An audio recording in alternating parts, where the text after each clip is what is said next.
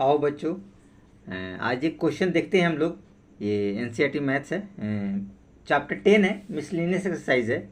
NCERT maths class 11th का है, chapter 10 straight line का। तो इस सेकंड मेथड के हिसाब से उसको करते हैं। इसको ऐसे हमने पहले बता रखा है एक वीडियो में, आप देख सकते हैं। एक दूसरा वीडियो मैंने बताया है सेकंड मेथड्स, ताकि आप लोग को समझने में आसानी हो।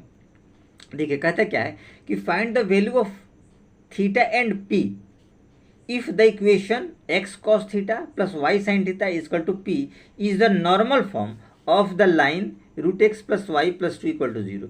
यानी ये लाइन है, इसके नॉर्मल फॉर्म का इक्वेशन आपको ये दे रखा है। तो उस कंडीशन में आपको थीटा और पी आपको पता करने हैं और बताने हैं कि थीटा और पी आपका क्या होता है। ठीक है, तो इसमें भी कुछ विशेष नहीं है।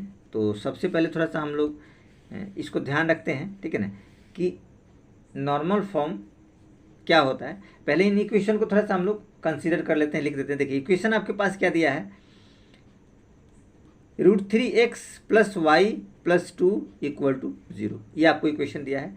और नॉर्मल फॉर्म जो होता है वो दिया है x cos theta plus y sine theta is equal to p. ये नॉर्मल फॉर्म यहाँ भी आपको ऑलरेडी दे रखा है। ये देखिए, ये आपको ऑलरेडी दे रखा है। ये नॉर्मल फॉर्म हमने आपको आसानी से लिख दिया। ठीक है, ये नॉर्मल फॉर्म हुआ। अब देखिए हम लोग नॉर्मल फॉर्म में जानते क्या हैं, थोड़ा सा आपको अच्छा रहेगा, ठीक है ना, समझने के लिए। जैसे मान लीजिए हमारे पास, थोड़ा सा ग्राफ से समझते हैं।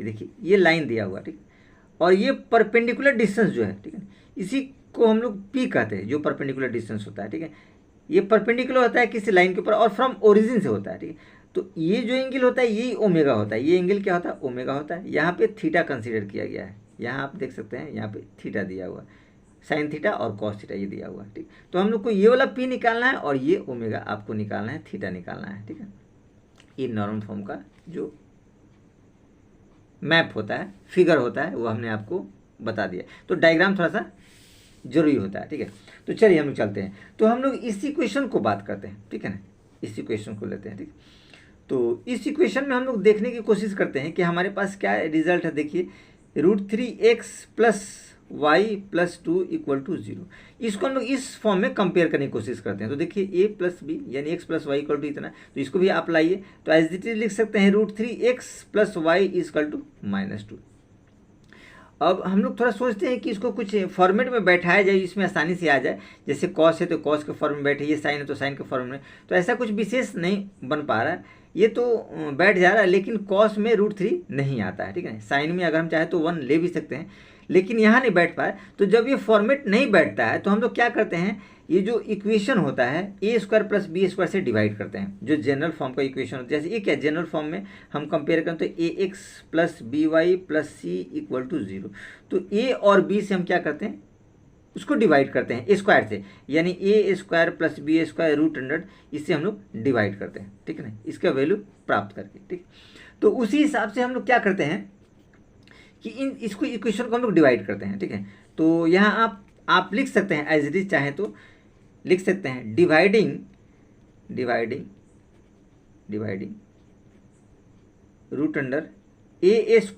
b² in both sides.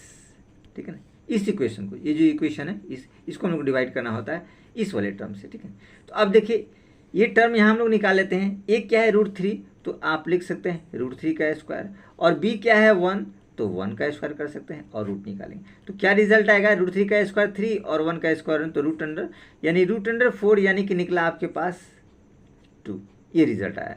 तब इससे क्या करते हैं, इस वाले को हम लोग डिवाइड करते हैं। आपको यहाँ अभी हमने बताया लेकर के डिवाइड करना होता है। तो देखिए डिवाइड करेंगे तो आपके पास रिजल्ट जो आएगा, ठीक है ना, ये ध्यान रखें, ये रिजल्ट जो आएगा वो आपके पास रिजल्ट क्या होगा, √3/2, इसको डिवाइड किया, इसको जब करेंगे √3/2x प्लस ये आपके पास आएगा y/2, और ये रिजल्ट आएगा -2/2। ये देखिए डिवाइड हमने कर दिया। तो डिवाइड करने के बाद ये रिजल्ट क्या आया, आपके पास आया -1। आप जानते हैं इसको कंपेयर जब हम करेंगे इस वाले इक्वेशन से करेंगे कंपेयर। ठीक है ना, आप चाहे तो इसको लिख लीजिए इक्वेशन 1 और ये इक्वेशन 2। तो जब कंपेयर करेंगे तो आपको पता है डिस्टेंस जो है ये क्या है, p परपेंडिकुलर डिस्टेंस है। ये देखिए p परपेंडिकुलर डिस्टेंस है, ठीक है, जो इस फिगर में आपको बताया था परपेंडिकुलर डिस्टेंस होता है। डिस्टेंस नेगेटिव कभी नहीं होता है, तो इसलिए पी नेगेटिव नहीं होता। इस माइनस को पहले हटाइए, इस वाले टर्म से इस माइनस को हटाइए, तो क्या करेंगे, माइनस हमने मल्टीप्लाई किया, इस सारे को जब माइनस से मल्टीप्लाई करें तो माइनस माइनस क्या हो जाएगा, प्लस में कंसिडर हो जाएगा। तो देखिए ये रिजल्ट जो आएगा आपके पास, ठीक है, ये रिजल्ट क्या आएगा, -√3/2x -1/2y इक्वल टू +1, ठीक है।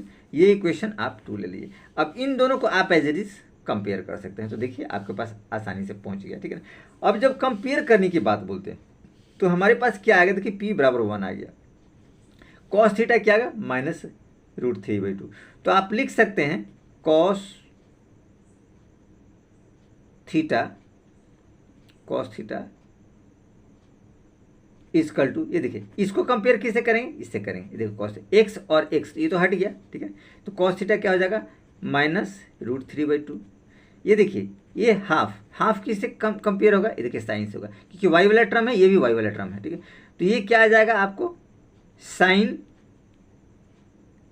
साइन थीटा इक्वल टू -1/2, और ये 1 क्या, चूंकि p है तो ये p में कंसिडर होगा, p इक्वल टू 1। तो हमने तो आसानी से इसके मान प्राप्त कर लिए।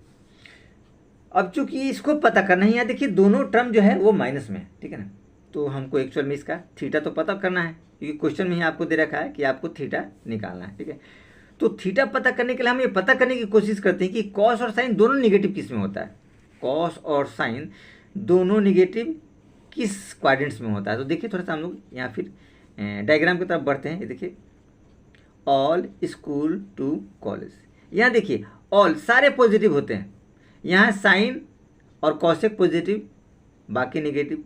तो साइन कॉसेक पॉजिटिव होता है तो साइन तो ऑलरेडी नेगेटिव है, तो ये भी आपका फॉर्मेट अप्लाई नहीं होगा। यहाँ देखिए टेन और कॉट पॉजिटिव है, बाकी नेगेटिव है, तो बाकी में क्या है, कॉस और साइन आ रहा है, दोनों नेगेटिव है, तो ये फॉर्मेट हम अप्लीकेबल कर सकते हैं। यहाँ थोड़ा देख लीजिए कॉस और सेक पॉजिटिव होना चाहिए, देखिए कॉस नेगेटिव है, तो ये भी आपको अप्लीकेबल नहीं है, यानी ये अप्लीकेबल होगा ये थर्ड क्वाड्रेंट वाला, ठीक है। तो इस थर्ड क्वाड्रेंट में बिलोंग्स कैसे कर सकते हैं, तो देखिए ये क्या है, पाई है और ये 0 है, ठीक है। यानी पाई से आगे बढ़ेंगे और ये क्या हो जाएगा आपके पास 3π/2 है, इससे पीछे बढ़ेंगे, ये कंडीशन आएगा, ठीक। यानी 180 से आगे बढ़ेंगे और 270 से पीछे बढ़ेंगे, ठीक, ये कंडीशन हो जाता है, ठीक है। तो अब हमको जानकारी रखना चाहिए कि 180 से आगे बढ़ें या पीछे से, तो इसके लिए आपको चैप्टर 3 वाला कंप्लीट होना चाहिए, जो ट्रिगोमेट्रिक फंक्शन का है, ठीक है ना।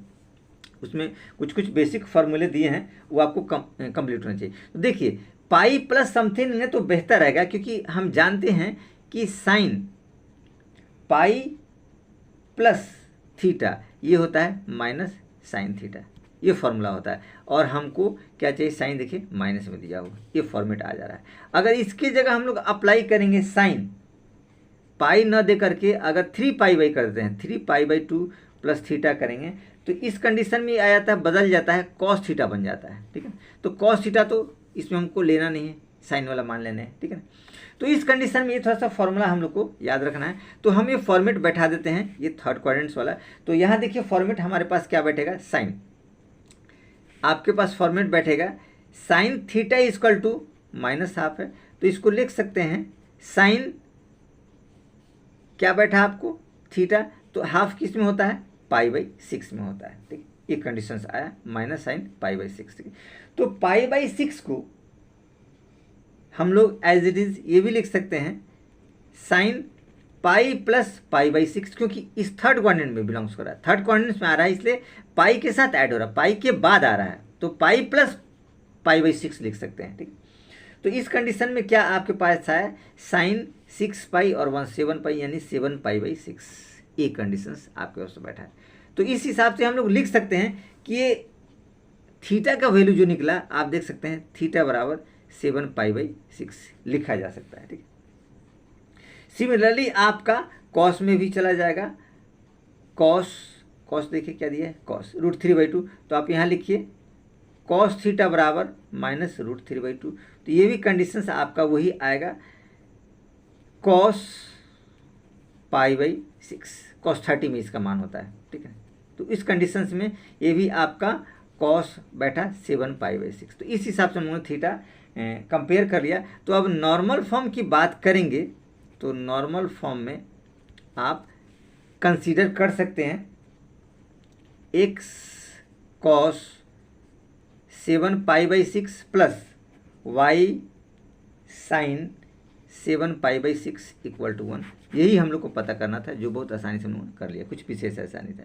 तो छोटी छोटी चीज़ें हैं, आप लोग को थोड़ा सा ध्यान रखना है इन सब चीज़ों का।